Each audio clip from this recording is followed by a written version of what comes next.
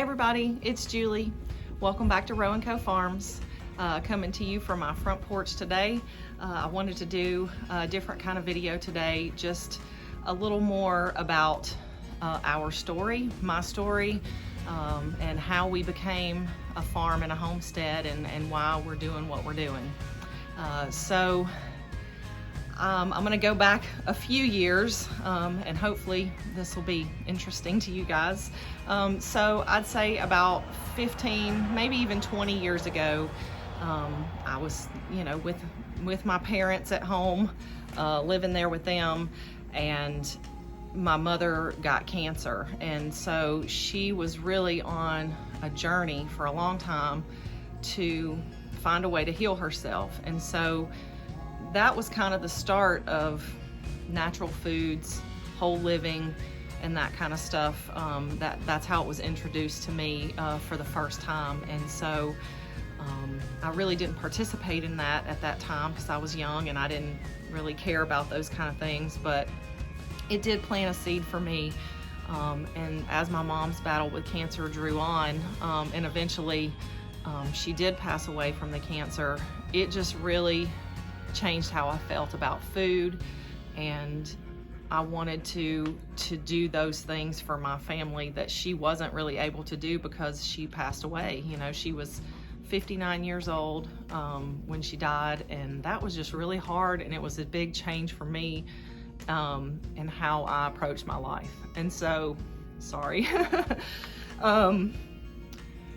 So at that point, I really changed how I ate. And that was the beginning of homesteading for me. And we didn't have a farm then. We lived in suburbs, and we had a couple acres. And so we started a garden and we got some chickens and stuff like that. And so that was about 10 years ago that I really started to embrace what homesteading was really about. And I was gonna do it for myself. And my husband was really on board because he grew up in that kind of lifestyle, and he was ready for it, and he was just waiting for me to be ready for it. And so he was real excited when I wanted to have some chickens and have some eggs and different things like that going on. And so he had always pressed me.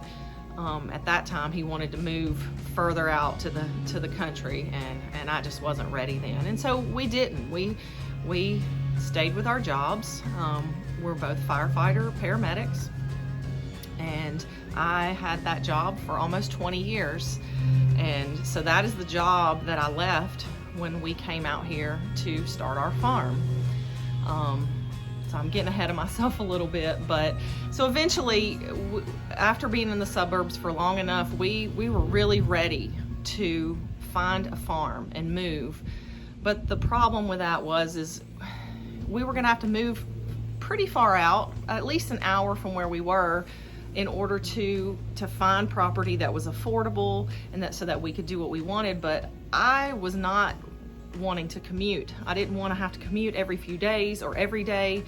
All of our family lived in the area where we lived, and we just weren't sure how we were going to make it work. And so we just waited and waited and waited, and more years passed, and finally our oldest son was grown at that point, and he was getting married. And while he was going through the process of getting married and they were planning their wedding, we were looking for venues, and it just clicked with me.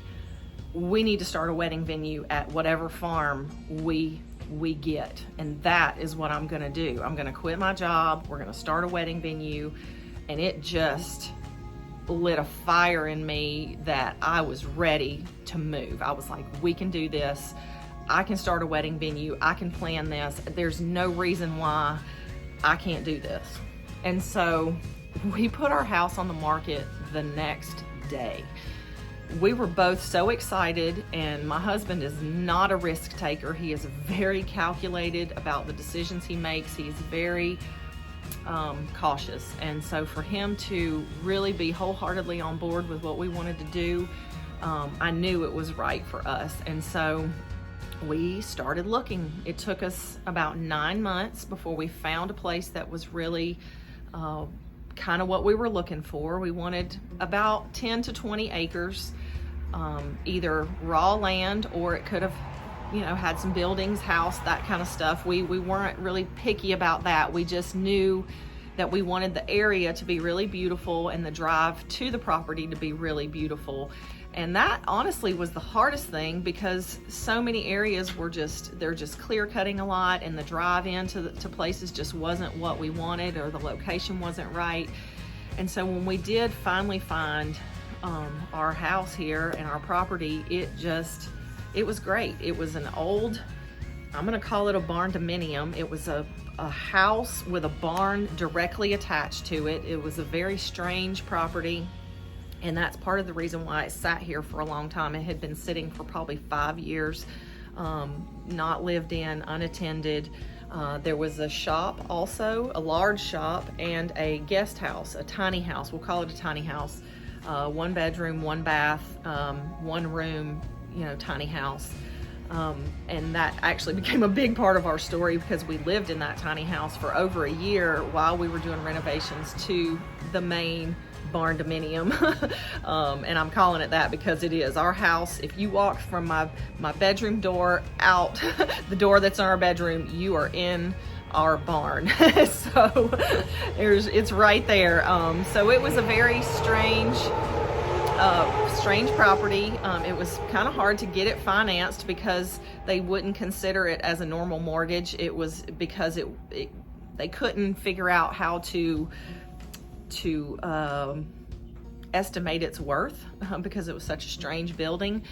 So anyway, we got it, we bought it, and we have been rebuilding and renovating this place ever since. We remodeled the house, we remodeled the tiny house, we've done some work in the barn, we've completely regenerated the land, the soil, we're building gardens.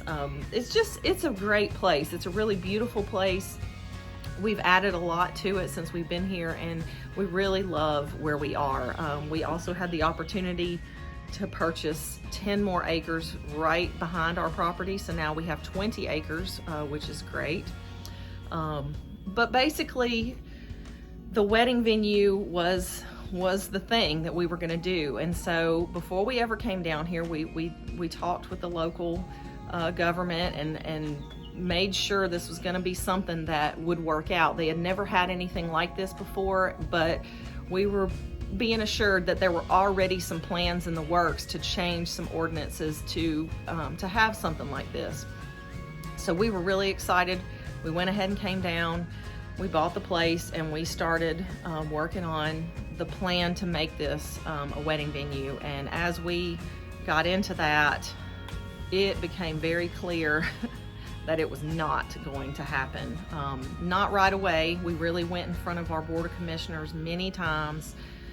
We had lots of support. We also had, I won't say lots of protest against us, but there were enough people that did not want it, and those voices were loud enough that ultimately they shut us down, and they would not let us proceed with having a wedding venue. And I really proceeded for about 3 years, heavily trying to make it happen. And guys, it's real hard to keep your momentum and your creative energy for something like that, day after day and week after week and year after year, only to be shot down again and again. And so I'm not one to just give up, but I think this is one of those fights that I just don't think that we can win right now. And so we are not going to be doing a wedding venue. We could host a private event here if we wanted to have a friend get married here, but we cannot, as a business, have a wedding venue here. So we have struggled. I have struggled with how am I going to make a living? I quit my job. I quit my career.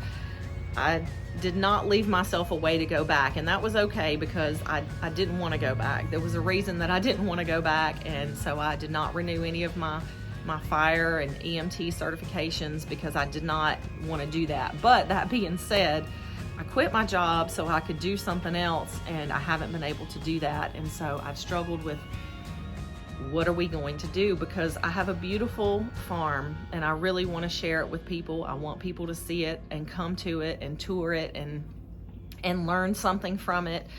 And so the last year with COVID and all the things that happened, it really became more clear to me what we were going to do on this farm. And I'm really excited for it. And so I'm really pleased to say that we are going to be starting a full-time flower farm. Cut flowers, wedding flowers, bouquets, all the fun flower related things. That, and also we're going to be a full-time honeybee apiary. So we're going to be selling honey and raising cut flowers and selling cut flowers. And I'm thrilled because it's going to be a way for people to come out and see our farm and see beautiful flowers and beautiful landscape and buy a little something that I've created and grown, which really makes me happy because I love to grow things and I grow a lot of things here. And so it's going to be fun to grow flowers for you guys and sell flowers. And honey. I love my new beekeeping operation that I started this year, and I just want it to grow. I want to make sure I have honey for everyone. So yeah, I hope you guys are excited about this as I am. The flower farm is going to be really fun. We've already started the process. We're going to be installing in the fall. We'll go ahead and be adding in a bunch of bulbs and flowers that will come up next spring, but starting in early next year is when we'll be sowing and starting all the seeds for next year's spring and summer flower harvests. So guys, be looking out. Starting next year, flowers from Row & Co Farms. So really excited. We also are going to have a mobile flower truck that we can take around to farmers markets and stuff like that. So really stoked to share the news with you guys about that. Of course, YouTube is also growing and expanding for me, and I'm going to continue to do that. We're going to share all the stuff about the flower farm on the YouTube channel. Instagram as well. You're going to be able to find me there every day. I post something every single day on Instagram, hopefully with a little inspiration and education thrown in, and you guys can follow along and see what we're going to do here at Row & Co Farms. It's going to be fun. Hope you guys come. See you next time.